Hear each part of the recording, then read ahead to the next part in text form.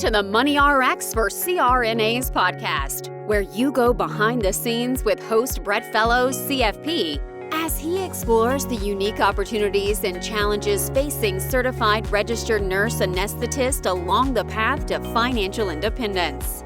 In each episode, Brett shares expert insights and actionable advice, equipping you with the tools you need to take control of your financial destiny and retire on your terms. And now, here's your host, Brett Fellows.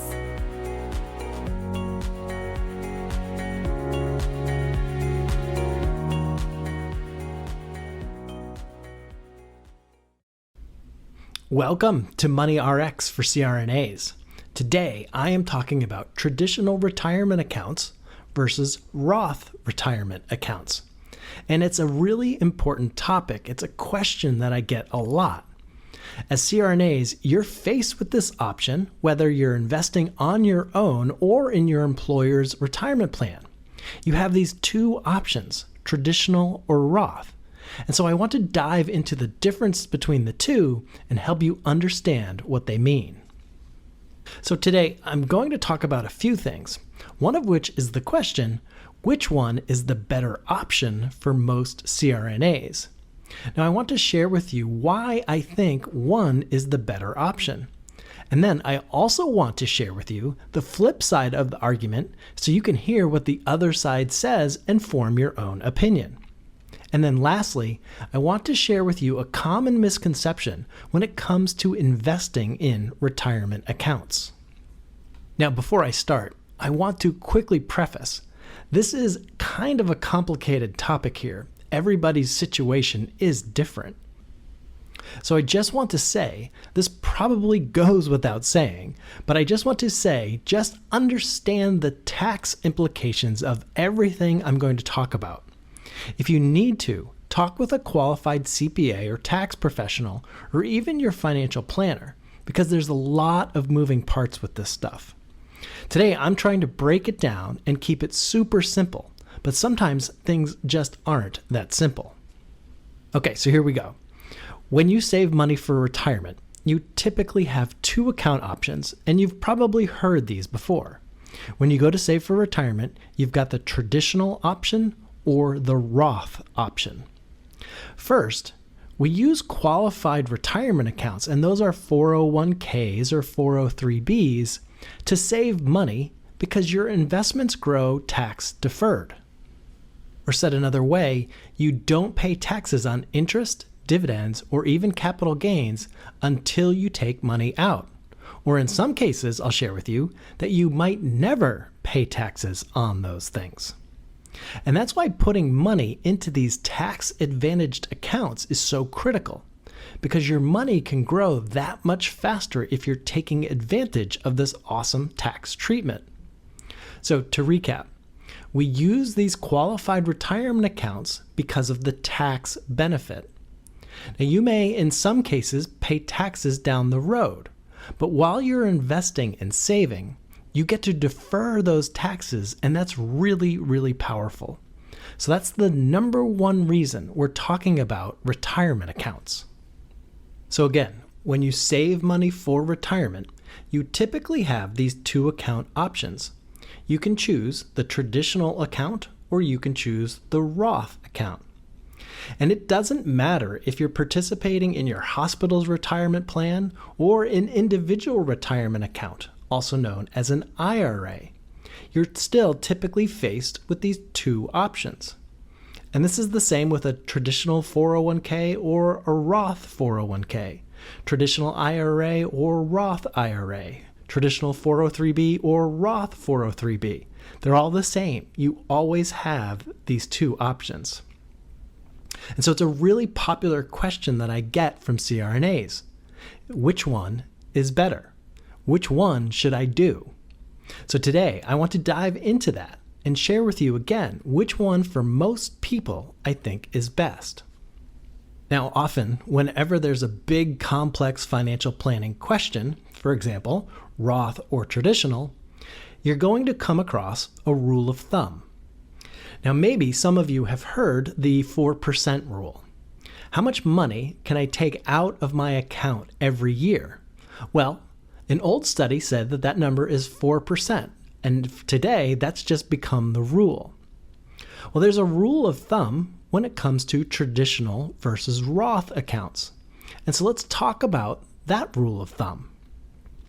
Now, if you're young, and if you're just starting your career as a CRNA, a rule of thumb says you should use a Roth.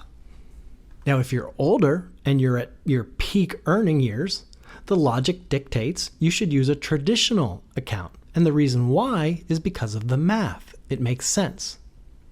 If you're young and you're starting your career, you're probably earning less money now than you will in the future, which means you're going to pay less taxes now than in the future. So again, choose the Roth. And on the flip side, the traditional makes sense if you're earning a lot of money. You're in a higher tax bracket compared to what retirement can look like when you're earning less and will pay less in taxes. So that rule of thumb does make sense, but I'm going to dig in a little past that rule of thumb to see what really makes sense for you and your financial plan. What I find happening a lot is that CRNAs default to choosing the traditional option. And maybe that's just because it's the default option when you enroll in your employer's 401k or 403b plan at work. Or sometimes traditional is a word they understand and nobody knows what the heck Roth even means. Or at some point along the way, someone told you that the traditional option gives you a tax break, and Americans love their tax breaks. So you hear that and you assume it's a good thing, so you grab it. You take the traditional option and you take that tax break. Now, tax breaks can be good, and tax refunds are very nice. We all want to keep our taxes lower, and we'll definitely be diving deeper into taxes as this podcast progresses, and talk about some of the ways for you to reduce your tax bill. But a tax refund isn't always a good thing. So let's look at two examples to kind of kick things off here as we go through which is the better option, traditional or Roth. Now, the first example is an example of using the traditional option, and in this case, I'm going to assume it's a traditional 401k. So again, you have access to a 401k or a 403b through your employer, and this year, 2024, you're eligible to put in or contribute as an individual $23,000 into this account. And so that's the maximum amount that you can put in.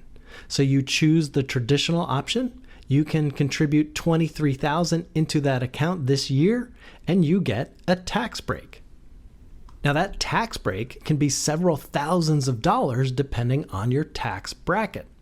So you get the tax refund, which is nice. But the problem is, and I think most of us can agree, that most people probably end up spending that tax refund. You get a tax refund and then it just disappears.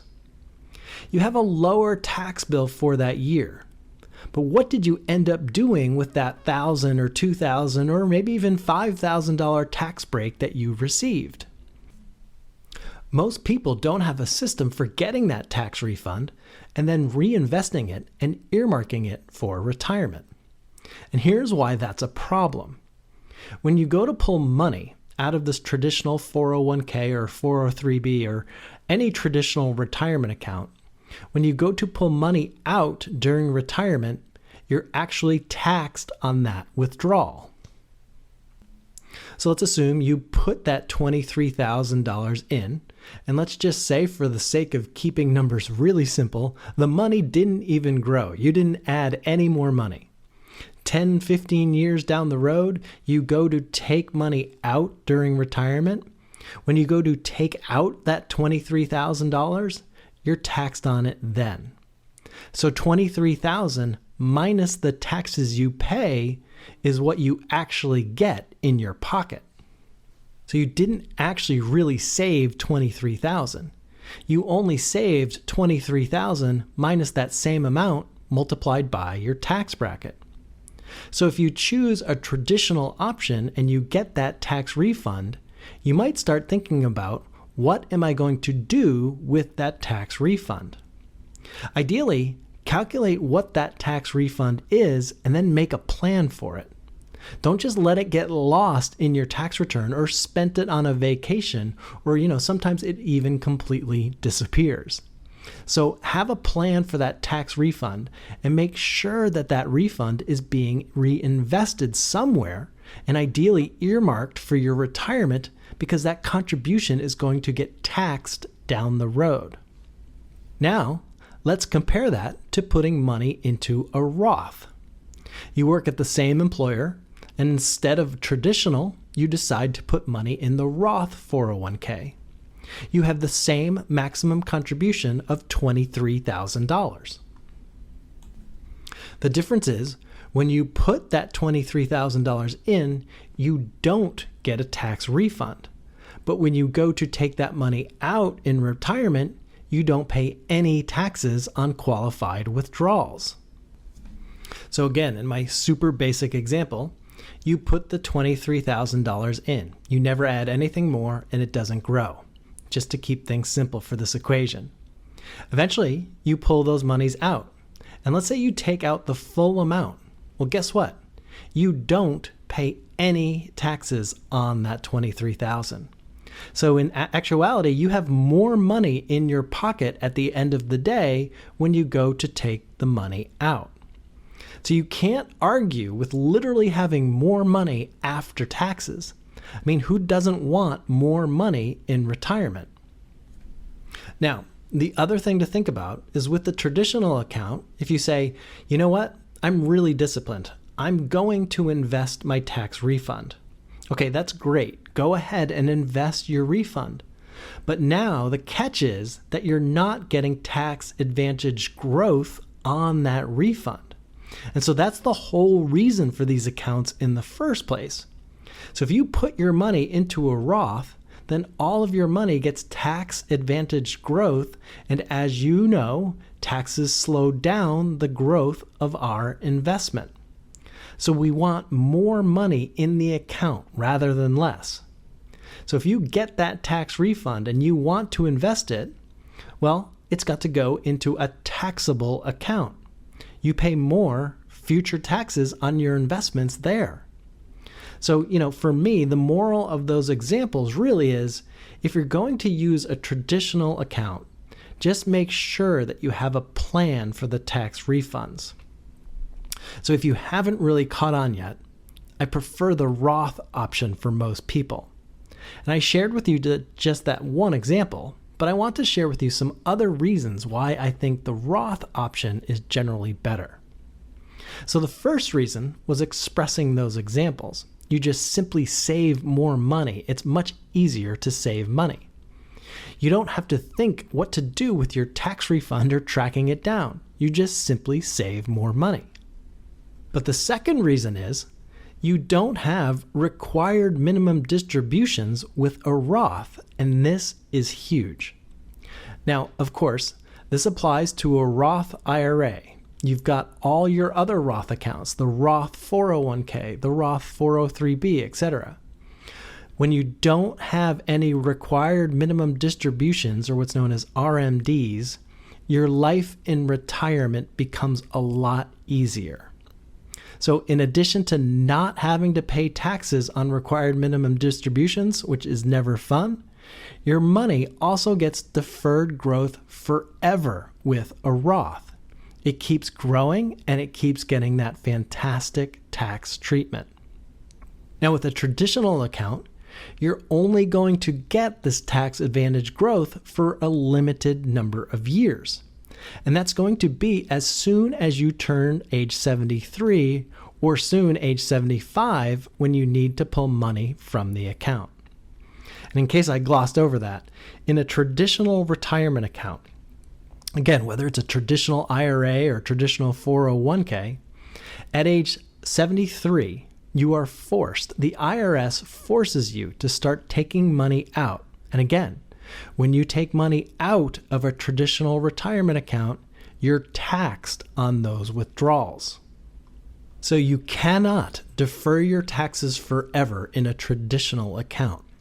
At some point, at age 73, the IRS says, hey, we want our money, and they force you to start taking out little bits at a time, and you end up having a higher tax bill.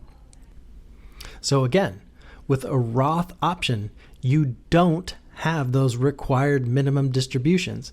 You can literally defer your taxes forever. And so that leads me to my third reason, which is flexibility. Because you don't have a lot of these rules in a Roth that the traditional has. You therefore have much more flexibility. One option is with the Roth is that you can take out your principal contributions at any time. So if you put $10,000 into a Roth account, you can take that $10,000 right out of it.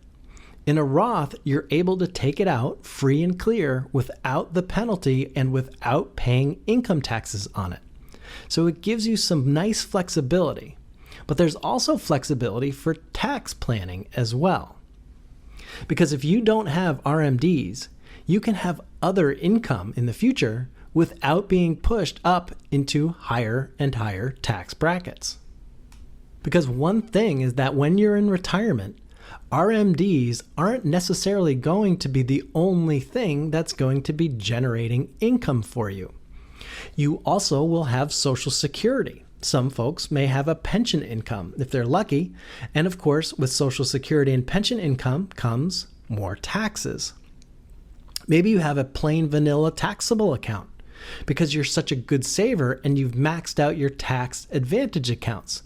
So you've then put even more money into a taxable account, and that's going to generate taxes too. Now, if you're an independent CRNA, having an S Corp, maybe making dividend distributions, well, that's going to mean more taxes for you in retirement. And if you've amassed just one or maybe even a handful of, say, rental properties, guess what? That's more taxable income.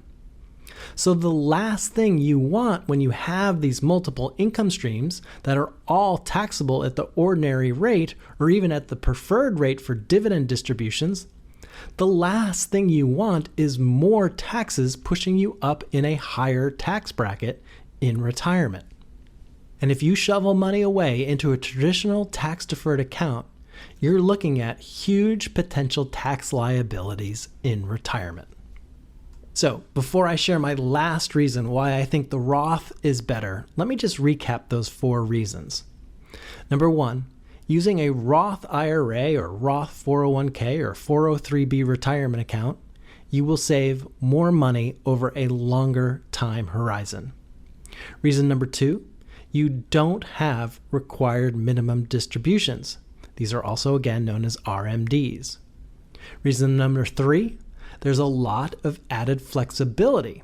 And that's whether it's taking money out to buy a house or to pay for college, or just maybe something dramatically changes in your life. You have the ability to take money out and use it for other purposes and not be penalized. And reason number 4, you might not be in a lower tax bracket during retirement. Social Security might kick in. You might have pension income. You might have business distributions or rental property. All these things could put you in a much higher tax bracket than you had anticipated. All right, so my last reason number 5, why I generally like the Roth retirement account. I call it compounding your tax bill. So the reason why we invest is because we can put a little bit of money in and just wait patiently and see it grow and grow exponentially until it's a giant pile of money. And then we retire and we do fun stuff with it. So that's why we invest, because the growth of our investments is just so amazing. But the flip side is that if you use a traditional tax advantage retirement account, again, you get an IRA, 401k, 403b, etc. Not only are your investments compounding into a phenomenal account, but so is your tax liability. Essentially, you're trading a small write-off when you make the initial contribution to something that's going to grow and grow right alongside your investments. The bigger your investments grow, the bigger your tax bills. And so there you go. I've shared with you the 5 reasons why I love the Roth accounts. But again, as you can imagine, there are two sides to every story. So I wanted to share with you that flip side of the argument, and that's there are a lot of people out there who say in some cases, or maybe even a lot of cases, that the traditional option is better. And so I want to share a few of those with you so you can make your own educated, informed decision and decide which one you think is better, which one might be better for you. One of the counter arguments to the Roth is that future tax rates are unknown. We have no idea what taxes are going to be in the future. So therefore, it's better to take your tax refund now, especially if you're earning a lot of money and you're in a high tax bracket in today's world. Take that tax refund now because we just don't know where future tax cut or tax rates are going to be. Now, historically, tax brackets have been all over the place. The marginal rate was 90% in certain years. So given that it's so volatile, right, it may make sense to go for that tax refund now.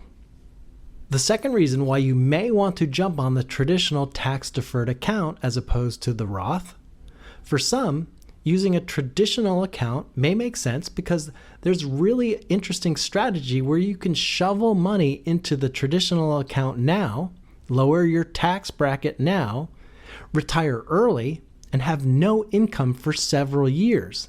And when that happens, you do what's called Roth conversions annually.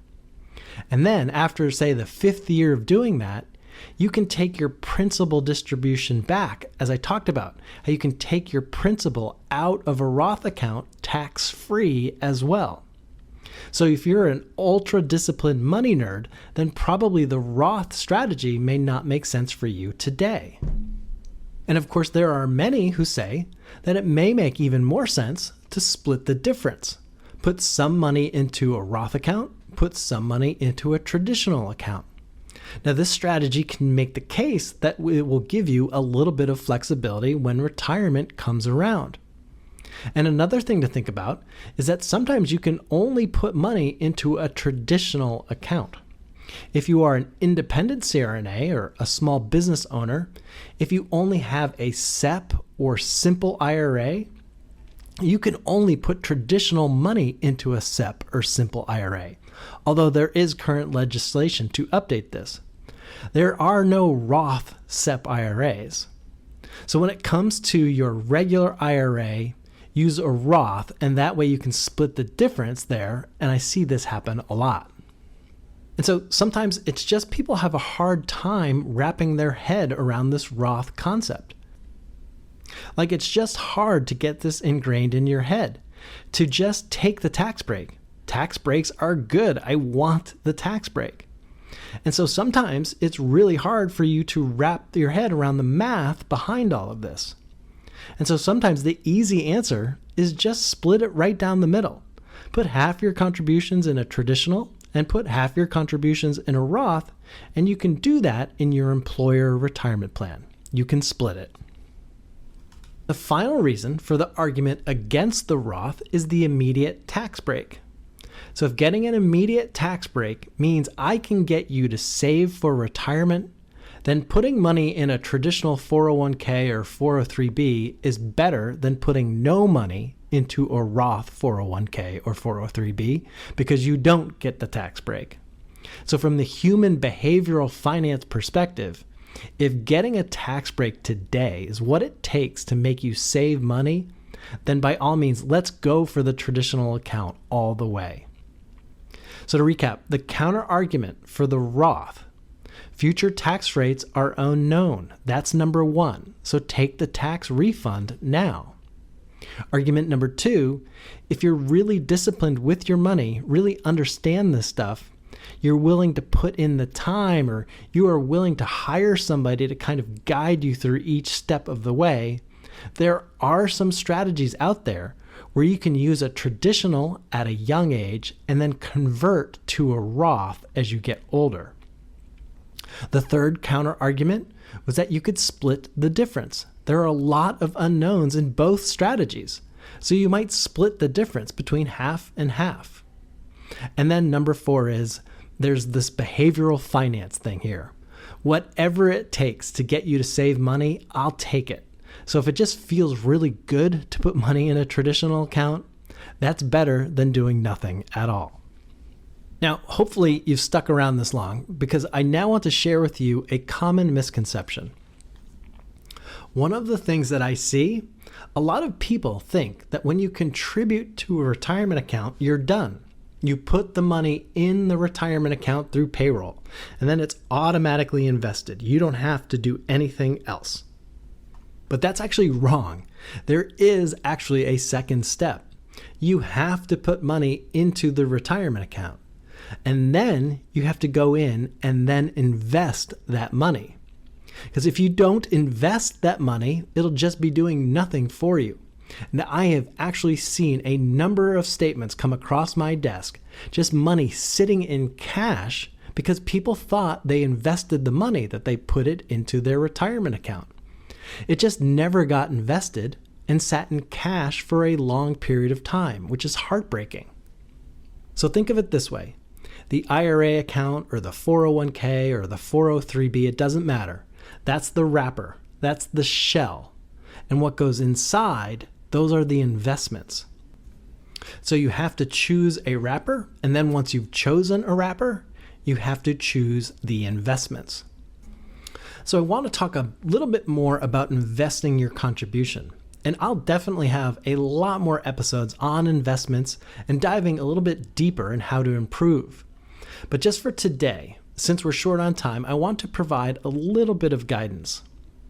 So when you put your money into that retirement account, again, whether it's traditional or Roth, sometimes you're limited to a small menu of investment choices. If you're investing through a company retirement plan like a 401k or 403b, usually they'll give you an investment menu, and maybe there's 10, 15, or 20 funds to choose from. Other times, you have access to thousands of options through your IRA, and your IRA could be held at any brokerage firm that you choose, whether it's Charles Schwab or Fidelity or any of those big names that you know. So either way, the one thing you want to make sure that you do, and this is actually a really good place to start when you go to invest your money, is to screen those options for the lowest cost options. Again, I don't care if you're investing at Charles Schwab or Fidelity. There are 5,000 different investment options. So number one, I want you to screen for the lowest cost options and start there. And I shared this in a previous episode, but the reason why I say start with the lowest cost options is because historically, lower cost investments tend to perform better than higher cost investments. So again, I'm trying to put the odds in your favor. And there are situations where high cost investments do better and in certain time periods or with certain funds. And that's absolutely true. But we don't know what the future holds. And so again, I want to tilt the odds in your favor. And also, a lot of times in these company 401k plans or 403b plans, there are some nasty investment options. So you need to look at what it costs to invest before you just start putting your money in there. And the term you want to look for when you're searching for what the cost is called an expense ratio. So you're going to look for the expense ratio for each of the available investments, and you're going to start by looking at the cheapest options available to you because all else being equal, the lower cost investment is better. On average, lower cost investments do better. Now, sometimes, yes, there are going to be some outliers, but consider the odds. It's about roughly an 80% chance that the lower cost fund is going to do better. So I like those odds. 80% chance of something over something else. I'll take 80% chances all day long. Now, low cost investing is one of the critical rules, if not the number one rule of investing. You absolutely must keep your costs low. That's going to help your investments grow quicker and larger. Now, another huge rule of investing is diversification. We want to spread our risk among not just 1, 2, or 3, but as many low-cost investments that we can find. Now, depending upon your employer's retirement plan, your 401k or 403b, etc., if you're in an IRA, you have a lot of options. You want to diversify across as many asset classes as possible. So for stocks, equities, that means you choose U.S. stocks. You can choose international stocks. You can choose emerging market stocks. You can choose large companies or small companies. You can choose real estate, and that will often be abbreviated REIT, which is short for Real Estate Investment Trust. And then you should also be able to invest in bonds. Sometimes you'll be able to choose a bond fund that's just U.S. government bonds, but you want to diversify across the different types of investments to help decrease your risk. Many times when I say this to CRNA clients, they think that diversification means to find a different mutual fund. That's diversification. But just because you own 10 different mutual funds or ETFs doesn't necessarily mean you're diversified. So I'm not saying go into your retirement account and just buy 10 different funds. You do need to know what you're buying and why you're buying it. And what I mean by that is different asset classes. What we're trying to do is we're trying to invest in different types of asset classes so that when one class zigs, the other zags, and you have a nice blended rate of return. So we don't want to just go in and buy 10 U.S. stock mutual funds, but we might look for a U.S. stock mutual fund and an international fund, maybe a large cap fund, a small cap fund, and some other asset classes. So let's take these two rules of investing. Let's marry them together and show how they can work in your 401k or 403b. So what we want is to keep our costs low. We want diversification. So take a look at all the U.S. mutual funds in your 401k, find the lowest cost one, and get some of that. Then look at all of the international funds. Find the lowest cost one and put some of your portfolio into that. And on it goes until you have a low-cost, diversified portfolio. All right, to wrap up, I hope you found today's episode helpful as you think about your retirement savings and whether you should be using a traditional or Roth feature.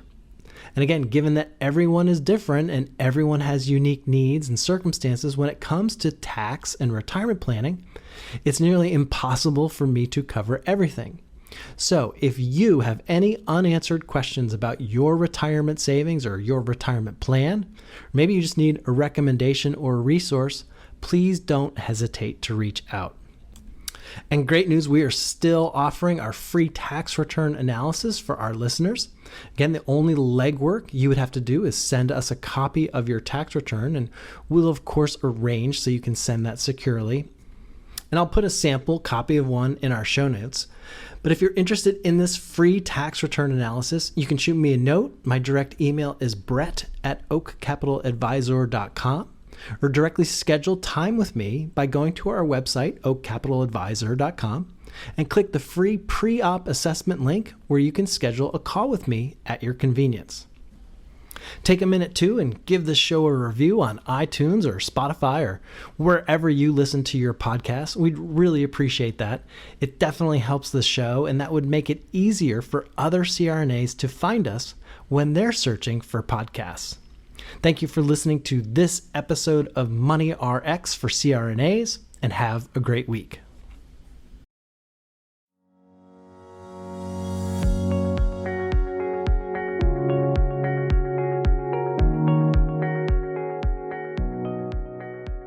This podcast is for informational and entertainment purposes only. It should not be relied upon as a basis for investment decisions.